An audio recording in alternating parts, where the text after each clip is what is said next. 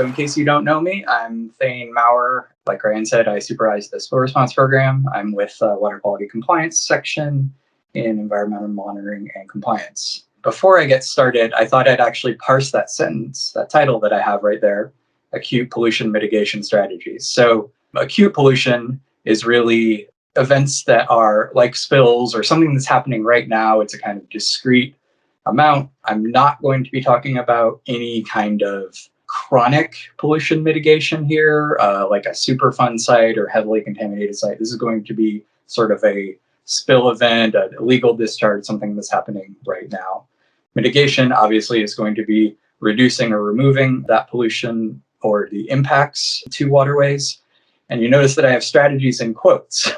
And so the reason I have strategies in quotes is there's not a one size fits all for this. And there's not even a one size fits most. I could have a strategy that might work for some ways to clean up motor oil, but it doesn't work for every kind of way you need to clean up motor oil. It's a little, I think a good analogy for it is cooking. So with cooking, I can follow a recipe even if I don't know what I'm doing. And if I follow it, if it's a good recipe and I follow it carefully, I might be able to cook that individual dish. But really what we're looking for in our group is how to cook. We want everyone to understand the underlying chemistry and physics of how these things interact and how they impact the water quality. And so we can have these frameworks that we use, which you can also call strategies, but rather than it being a very strict SOP, it's something that we adapt on the fly to fit the situation that we have. These are the general categories that we have for acute pollution mitigation that we came up with as a group, and I think they capture everything pretty well. Any pollution mitigation that you have is going to, any work that you do to do mitigation is going to fit under one or multiple of these categories. So I thought I could go over these categories real quick and then actually show you lots of examples of how it works in the real world. So on this picture, you can see these are some pollution events. Let's see if I can get my laser pointer working. So we have a water main break, or a sewage overflow from a force main. So there's a literal fountain of sewage here on the top right. This middle photo is a sediment discharge from a water main break, and on the bottom one we have a collision that between two vehicles that caused a fire. So all of these are polluting events, could impact water quality, and they could be mitigated in some way. And so let's go on to the categories. First category is containment. And so containment is used to contain a pollutant, stop it from spreading. The more contained something is, the easier it is to clean up. Alternatively, if you have a very sensitive area, you might protect a small area to prevent a pollutant from impacting that area, knowing that it might be more challenging to clean up, but the focus is really on a small area. Some of these are commercial products, but often they're constructed as needed out of available materials. We have different materials will work differently for different pollutant types, so you really need to be mindful of what materials you're using when you're trying to do containment. And then you still have to actually further mitigate the pollutant. Containing it isn't enough. You actually have to do something afterwards. So on these, the top picture here is a containment boom. This is something usually used on larger waterways, and this will prevent something floating on the water from spreading the water. The second photo is just a stock photo of someone with this is a storm drain mat. And so this is something you can cover a storm drain with to prevent water or pollutants from entering that storm drain. And then on the bottom here, we have a berm made out of essentially kitty litter, clay absorbent, that is preventing this motor oil from flowing down the street. So these are all some examples of containment. And I mentioned a few of them here, a berm, a containment boom already. Other examples, you might have a plug that you could put in a pipe. So here's some default plugs. And then there's also a inflatable plug here. And then these next two, the two pictures on the bottom are actually the underflow or overflow dam and underflow dam. And so these are for situations when you have a pollutant that is on water and is either heavier than water or lighter than water. So a pollutant that's heavier than water, you would use an overflow dam, and you can see the contaminant sinks to the bottom. It's at the bottom of the upstream side here. And then you have a pipe angled downwards up high so that the water, the uncontaminated water, can flow downstream, but the contaminant stays contained down below. And then the opposite of this would be a overflow dam, or sorry, underflow dam, where you have the pipe angled in the opposite direction and you have a contaminant that's lighter than water. So the contaminant floats at the top of the water here, and the uncontaminated water goes through the pipe because of pressure head and discharges downstream and allows you to keep that contaminant contained above your dam. And then I mentioned the inlet covers and maps, and I also, something that you might find from time to time is a diversion pipe. And so this would be like if there's work being done in a creek, you might actually divert the creek around a section that's being worked and either just divert it to the side or actually pipe it downstream and then prevent it being disturbed in that area where construction is going on. So again, containment, really just containing your pollutant in a discrete area so you can handle it. The next category that I have is sorption. Sorption is a either physical or chemical, it's really both, process. I mean, at some level, physical and chemical are the same thing. But sorption is where one compound becomes attached to another compound. That's the easiest way to describe it. Adsorption is when molecules stick onto a particle's surface, and absorption is where molecules enter a bulk phase of another compound. And so usually it's in a different phase. And so that would be something like a liquid being absorbed into a solid, i.e. a sponge absorbing water is an example of absorption, or gas dissolving into liquid. Those are both examples of absorption. And so here we have some sorption processes. We have some clay absorbent in a couple different spots here, and some biomatrix, which is like a peat moss. Most of these are going to be adsorption. The molecules will stick to them. Most commonly, you're going to use sorption for petroleum-based products, but you can for other situations. Sorbents have specific categories. They can either be non-polar, which are things that are basically hydrophobic, is another term that's sometimes used, but they will absorb or adsorb non-polar material, such as petroleum products, and they won't absorb water. And so these, we have some white absorbent booms here, and then some white absorbent pads. And so those will only absorb oils, petroleum products. They will not absorb polar materials like water. They will actually float on top of water, as opposed to a universal absorbent, which will just absorb liquids in general. They won't float on water. So these gray pads on the bottom left, those are a universal absorbent. A sponge is another example of a universal absorbent. Sorption is a good way to remove only specific pollutants that you're interested in. And so that's why it's generally focused on petroleum products, because those are very different in character from water or from hydrophilic material. Moving on to our third category, we have filtration. So we're just filtering out particles with filtration, generally used when sediments, the pollutant of concern. It's required mostly at construction sites. Some small residential sites might not need it. They are, in general, required. They have a very wide variety of effectiveness.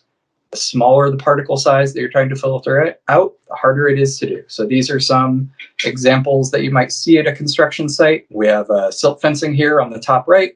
We have what's called a tri-dike, which is silt fence material wrapped around some wire below it. We have an inlet screen to the left, which is, again, similar material to filter out. And then we have some mulch logs on the bottom. So I mentioned some examples there, the silt fence, tri-dike, and mulch log. We also have a sediment filter bag here. This is frequently pretty popular at construction sites. They attach a pump, the discharge end of a pump to this attaches to the end of the discharge hose, and they pump muddy water into it and it filters it out. However, we find they don't work very well. They often clog up or break or disconnect. And so those are not our favorite technique to use. And then probably the most effective would be a settling tank, which you can see right here on the bottom. And that actually might involve some treatment. There might be a polymer that's added to allow the molecules to stick together better and settle. So those are filtration. Our fourth category is in-situ treatment. So this is something that's not commonly used, but it does have its place. And so this is actually treating a pollutant in place. You can only use it in limited circumstances, and your byproducts of your treatment need to not impact water quality, because that would be another pollutant that you would be creating. So aeration is a pretty common way that you can do in situ without hurting anything. So you just bubble some air through water. If you had, say, sewage impacting water and bubbled air through it, you could prevent the sewage from dropping the oxygen and killing fish. We also, on the bottom picture here, have some dechlorination agents. So that would be used for swimming pool water, or more commonly for broken water mains. Obviously, our drinking water is all chlorinated for human safety, but it's very harmful to the environment, the chlorine is. And so dechlorination agents generally have no harmful impacts to water, and they can remove the chlorine in the process of their treatment. So these are a couple other methods that you might use. I mentioned aeration and dechlorination. You could also do pH neutralization. We have the bottom picture here is sodium bicarbonate. That can be used to neutralize either acids or bases to bring them closer to neutral and don't have any just off gases, CO2 as its byproduct. Then the last one that is allowed to be used, the last one I'm going to mention that's allowed to be used, is microblaze. And this is actually bacteria that eat petroleum products that you can use if there's like a residual amount of petroleum that you can't clean up in any other way, say in just tiny little pores in a pipe. You might spray some water with a little bit of this microblaze, these bacteria, onto it, and the bacteria will actually eat the petroleum over a pretty short period of time and remove it as a problem going forward. My last category I've got is removal. And so this is the physical removal of the pollutant. This is usually needed after you do containment or sorption. There's a lot of ways you can do removal. There's a Vactor truck here. So this is a truck with hoses that you can actually, with a vacuum system that you can pull up liquids and put them into a tank and then take those contaminated liquids away for disposal. You have a little skid steer here breaking up this trash fire. Once the fire's out, removing the trash for disposal, and then actually just physically bagging things and throwing them in the trash is an option. Other things you might see pretty commonly are an excavator, so actually removing contaminated soil with excavator or with shovels. The bottom left picture is a larger Vactor unit. They come all the way up into 18-wheeler size that can hold 8,000 gallons. And then finally, this is just a lot of trash piled up at a railroad crossing from one of the floods we had in Onion Creek. So obviously a lot of trash had to be removed after that event.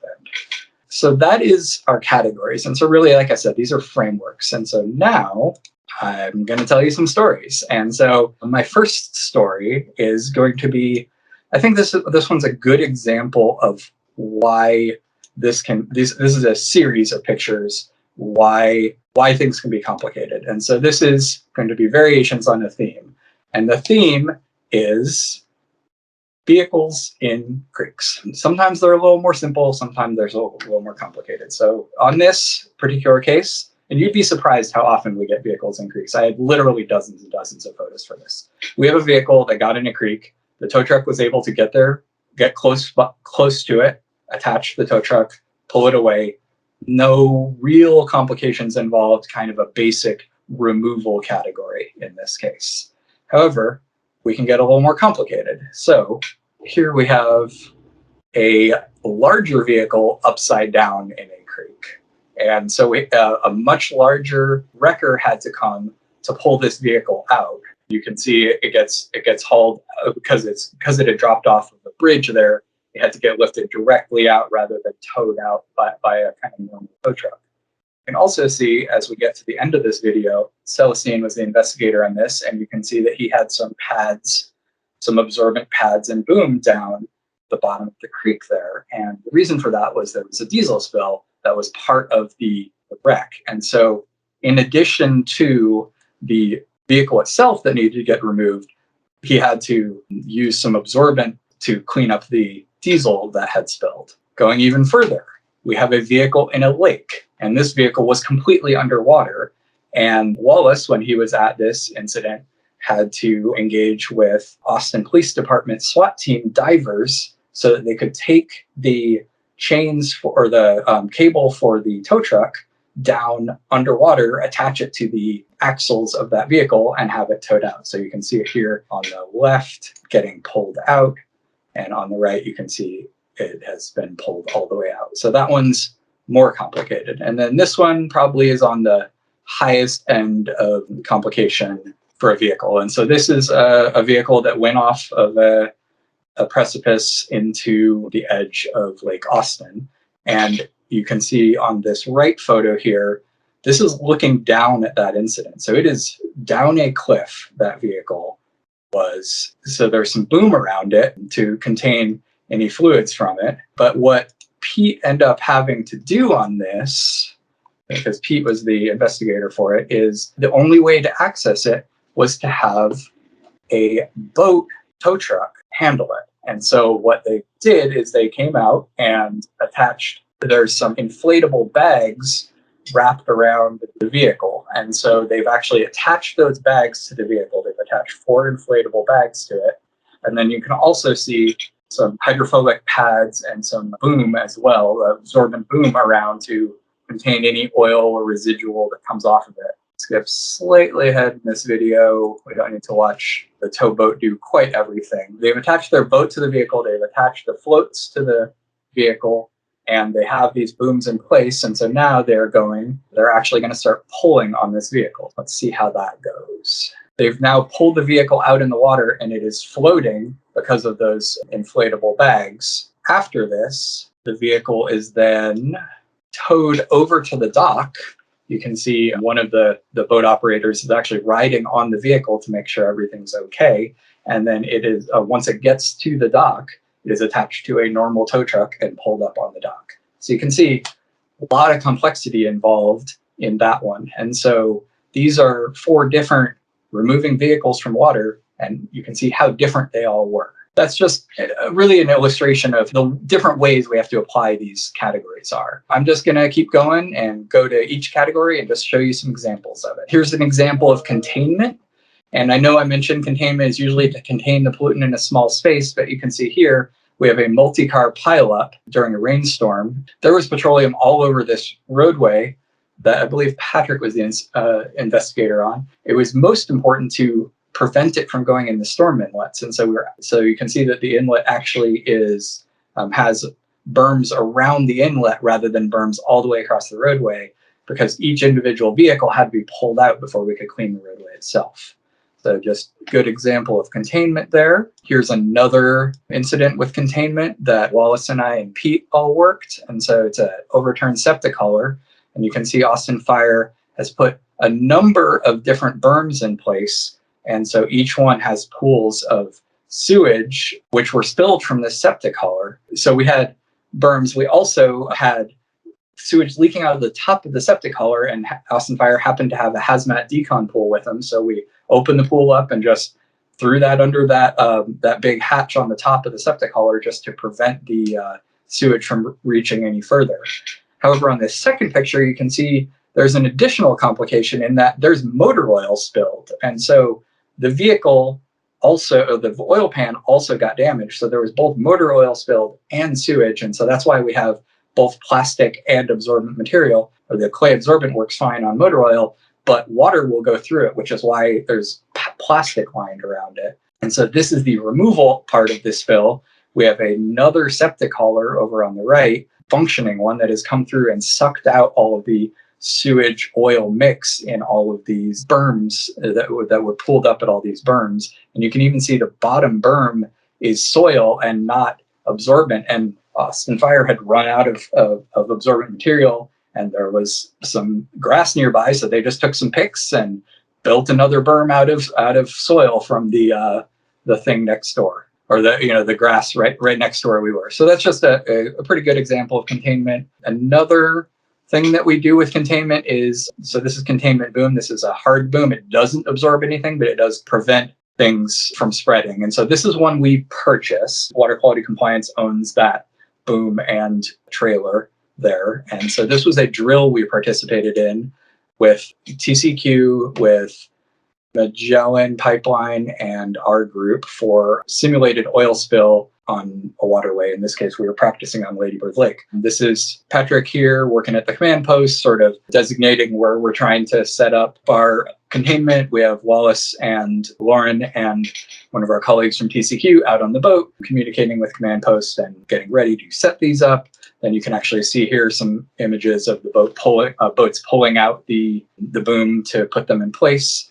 And then the bottom left image, we have the boom actually being pulled in a U, so you can actually use Containment Boom to skim across the surface in addition to having it set in place. And so this particular one was a drill, but we have actually had to use Containment Boom before. This was several years ago. Actually, it's, I want to say almost 10 years ago at this point.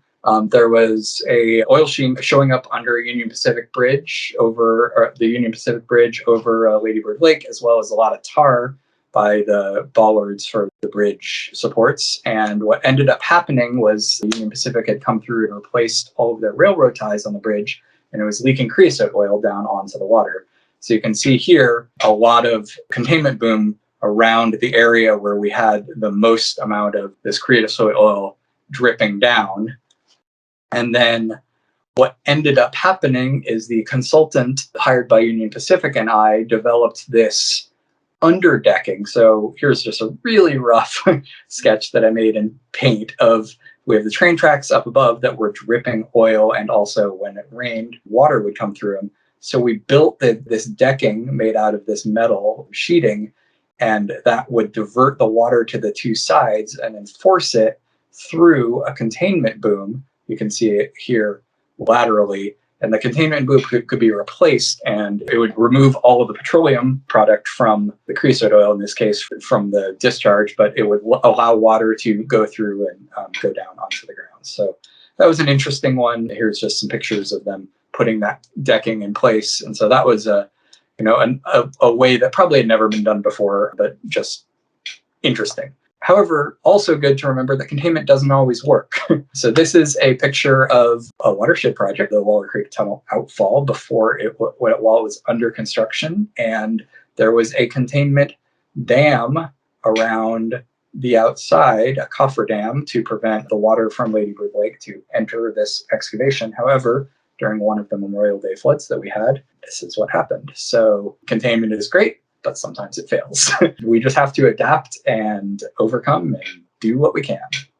So going on to sorption. So this is a pretty basic example of sorption. This is a Austin Resource Recovery truck that had a hydraulic leak. There was hydraulic all over the road. We spread a lot of this clay absorbent onto the road, really grind it in with brooms, and then a street sweeper would come through, and it came through afterwards and swept up all the contaminated absorbent. Another example of sorption. This was a spill I believe Wallace was on with hydraulic again, but this was a private contractor who had a hydraulic leak on their property. And so rather than having to have them excavate a huge amount of soil, Wallace was able to help them and use these hydrophobic pads, absorb the vast majority of the hydraulic onto the pads, and they only then need to excavate a much smaller amount of the soil. More examples of sorption. So this is John Watkins. If you've been here a few years, you probably know him. So this is motor oil on water. Obviously, when things are on water, it gets more challenging, but using pads and absorbent boom, you can see here it is after going through using numerous pads to clean up that oil. You can see how clean that pond was able to get. Another situation with absorption, and here's Julie and Patrick were on this incident. This was right after Winter Storm Uri, and we had some petroleum products show up in Shoal Creek, probably from the wrecks on Lamar. A number of these absorbent pads and booms out. This particular one was kind of interesting because they were using leaf blowers to move the petroleum around to collect it, so it's easier to recover onto these pads. This one is a gas station that had a leaking petroleum storage tank. We ended up having Jaime was working, and so this six-pointed red star, we had gasoline coming out of the storm pipe, not really sure where it was coming from, ended up getting the TV crews to help us out.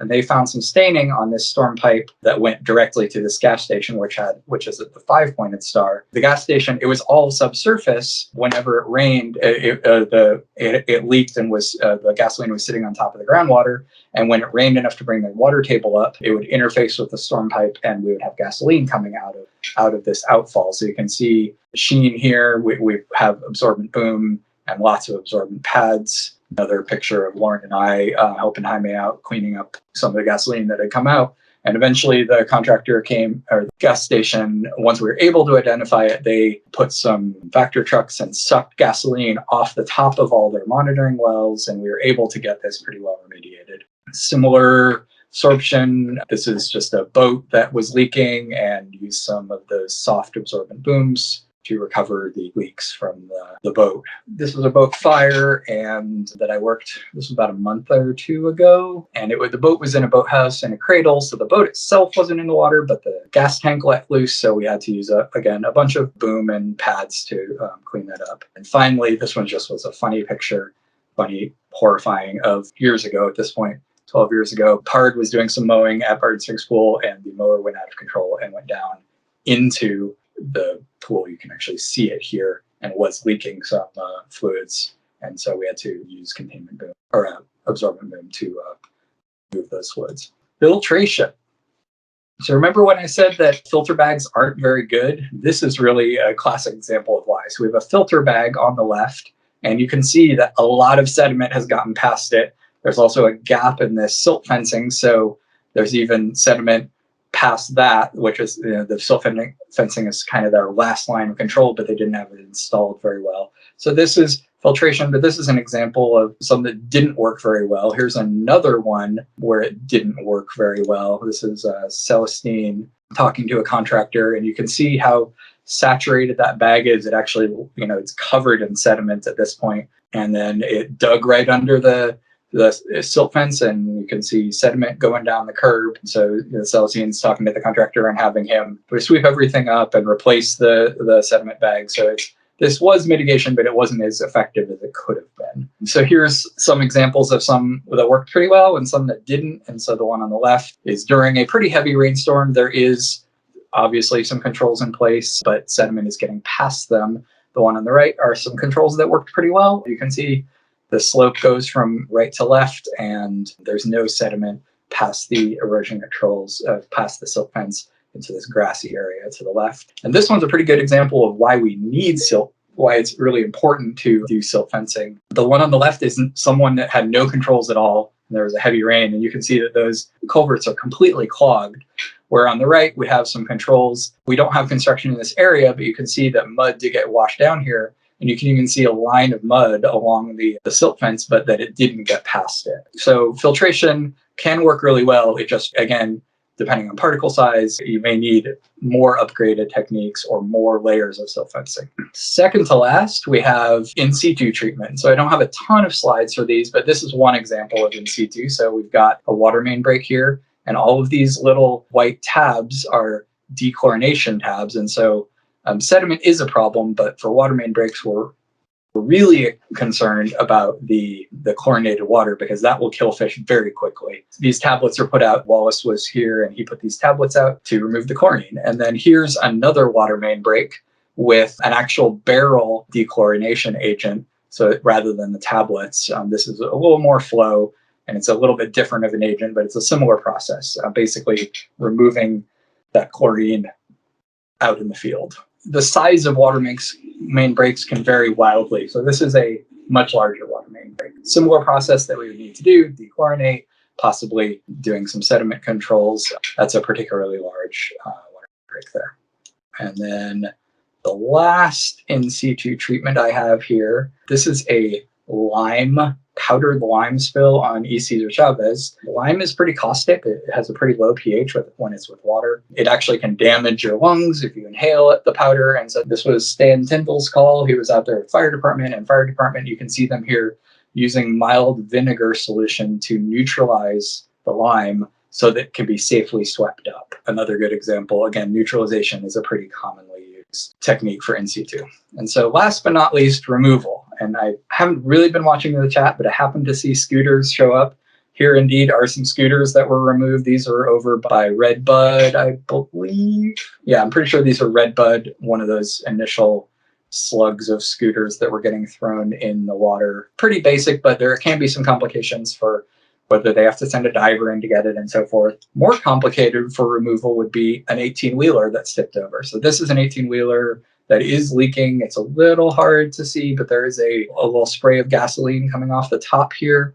And then you can see the stained pavement going off into this intersection. An 18-wheeler, when it's flipped over, a fuel tanker, when it's flipped over, cannot be righted by a tow truck because it has lost the integrity of its containment. So if it was righted, it might shear completely. So what has to be done is it has to be drilled into and offloaded onto another 18-wheeler. And so you have to use non-sparking drills. Fire department had a bunch of fire foam put out here so that no fires were caused while they were trying to do this. Don't have a specific picture of this one being offloaded, but here's another fuel tanker that I have a picture for that was offloaded. You can see the intact fuel tanker on the left, the hose going over to the upside down fuel tanker that was drilled into, and they are offloading the fuel. Other ways for removal, you might use pumps. So this is an Austin Water sewer main that was being worked on, and something got damaged and filled this excavation with sewage. So this large pump was brought in to send that sewage off to an intact sewer main. You can use pump trucks. So the one on the left is one of Austin Water's contractors that is, again, remote recovering sewage. This one's from a lift station. The one on the right is a tar spill in Boggy Creek that a contractor is recovering tar plus water, removing that out of the creek bed. Also, we have boat fires. So this was one Pete worked. You can see the boat is barely intact, but was towed. APD just wrapped a rope around the motor before it sunk completely and just towed it over to boat dock. So just getting them out is often the best possible solution. This one's kind of gross, but it's a grease trap at I believe it's at a Randall's that Renee was on, and the grease and sewage left that manhole and got down into the creek here. Renee had them hire a contractor, and so you can see them here pressure washing the grease contaminated area and then sucking it up with a vacuum hose that is going to disposal tank. This was another boat fire that I worked. This was on labor. The boat got rather damaged in the fire and the hull was not intact. The salvager actually had to construct this crazy contraption to slide under the boat so that it didn't break in half and sink to the bottom of the lake. So this was a process for cleaning up. Let's see, we got a leak from a chlorine leak at the treatment area of a PARD swimming pool, and so they excavated all the area where the chlorine was spraying, and then put all that excavated soil into this roll-off. These are some more excavation ones. So the one on the left is a train derailment. Luckily, the train was really only carrying construction materials like rock and sand, so it was pretty much just needed to be excavated. The one on the right is a diesel spill that impacted soil, and the soil needed to be removed, so nothing too complicated here. Then the last one I have here is probably the worst.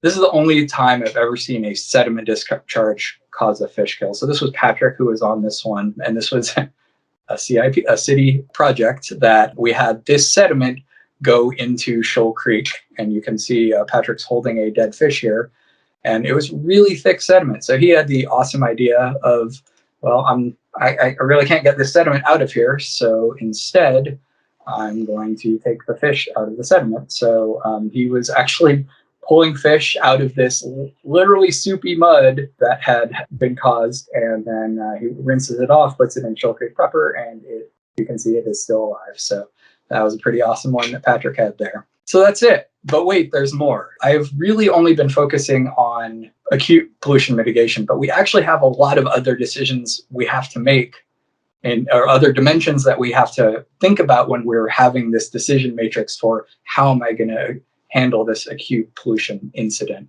And so things like responder safety is really important. Public health is really important. We might need to characterize the material. We need to think about what personal protective equipment we might need to be wearing. There's lots of tools for these things. We've got SDSs, we've got Wiser, we've got ERG, emergency response guidebook. We've got MERC Index. There's, we've got relying on each other's knowledge. We have briefings literally every day so that, over the years, we learn from both our own things, but also things that other people do. So just wanted to point out that it is yet even more complicated than what I've portrayed, but I just wanted to really focus on some of the techniques we're using. So that's really all I've got for my presentation. I really want to thank our absolutely amazing team. We don't have Sarah on here yet because we haven't taken a group photo, but that is what I got, and I would be happy to answer any questions you have. Awesome. Thank you, Thain. That's a fantastic glimpse into the action-packed world of the spill response program. Very active on the chat. So we'll start with what is a Superfund site? You talked about how these acute strategies really aren't used on those types of sites. So Superfund is a name for, so there's a law called, let's see if I can name it properly. It's CERCLA, but it is I don't know if I remember what the acronym is, but it's essentially for long-term contaminated sites that there is no responsible party in existence anymore. And so these are, in many cases, like old industrial sites from the 1910s and 1920s that are heavily contaminated and need remediation. And so those Superfund is the federal program that pays to remediate these sites, and they over time are remediated. And remediation at chronic sites is quite different than what we're talking about here. You do a lot more in situ treatment at a chronic pollution site than an acute pollution site. There is removal, but some of them are there's radioactive waste in some cases. There's really nasty, Love Canal is one. Hanford nuclear site in Washington State is one. We have them across Texas. They're not not super pleasant. They are a lot of work to clean up. They take often decades to close and get completely remediated. So hopefully that answers your question.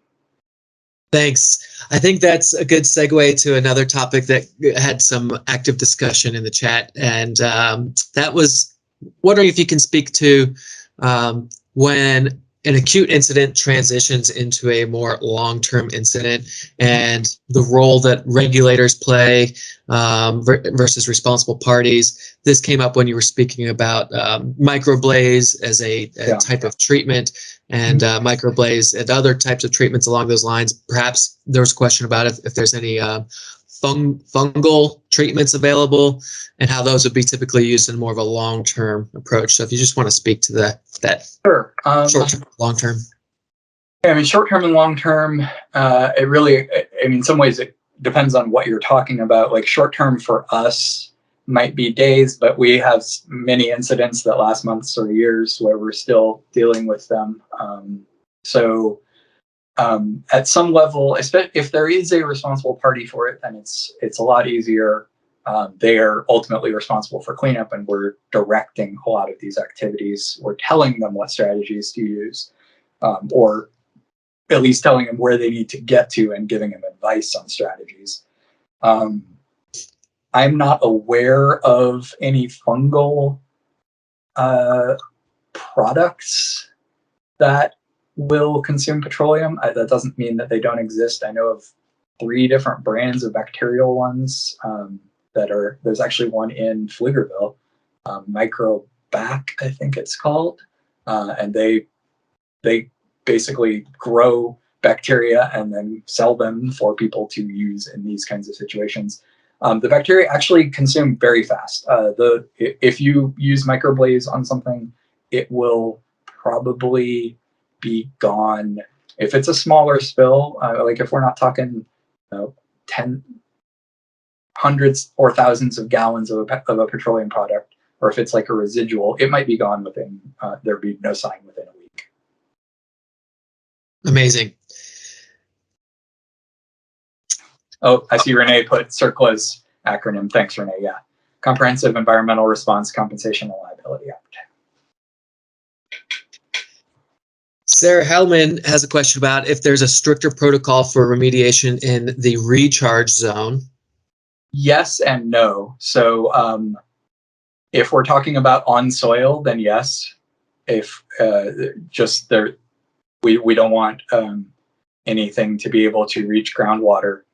And I could tell funny stories about crazy things I've seen in the recharge zone, but we've taken too much time for that already. But in general, like when things get to water, it's the same amount of remediation. Like wherever you are, we don't consider any waterway less good than any other waterway, unless like the only situation that we might have a higher level is if there's a endangered species involved. And so like at Barton Springs Pool, there is additional laws that come into place, but really we're trying to get to pre-spill conditions is what the TCQ spill rules mandate. And so that is getting to conditions the same as they were before the spill.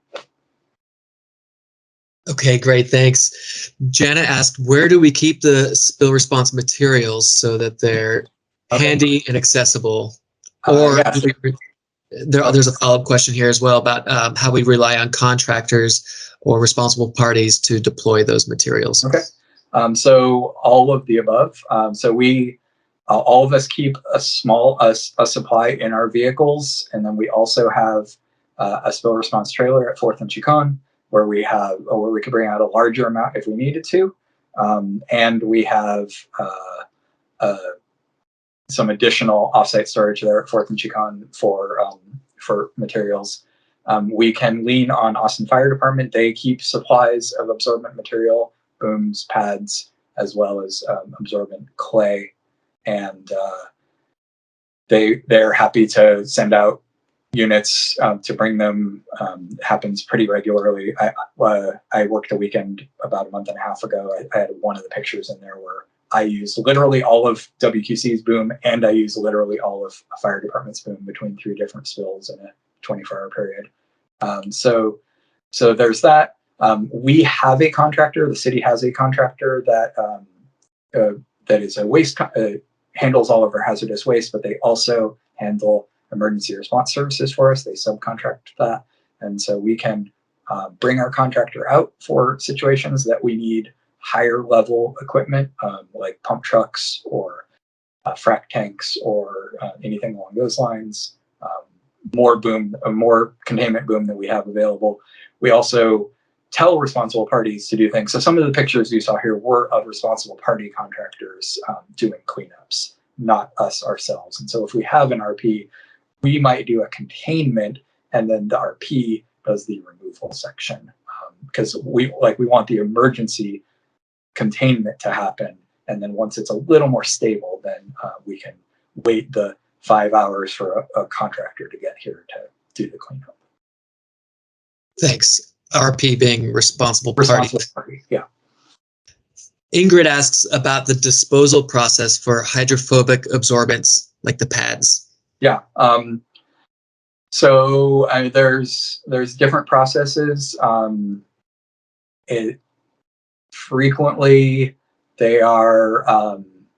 Many of them can go to landfills and do like that. That is one thing to do. It's not amazing, but that is one disposal method for them. I would say more frequently are used at incinerators for fuel. And so there are several incinerators in Texas that can incinerate contaminated absorbent and contaminated pads and whatnot and actually get like energy out of them. And, theoretically, I can't speak to whether that's I'm more on the water end of things. I can't speak to whether that's great in terms of the carbon dioxide input that you're making from that, but incineration is one of the methods of disposal. So either an appropriate landfill, i.e. a landfill that will take petroleum contaminated waste, or an incinerator are the most common. Okay, great, thanks. We've probably got time for just a couple more here. Rob asks, if we removed gas and oil from vehicles, would the job shift considerably? Some, yes. Like petroleum is a pretty common issue for us, but I don't think it would go away completely. Mateo wonders how often we encounter polar or solvent spills? Daily.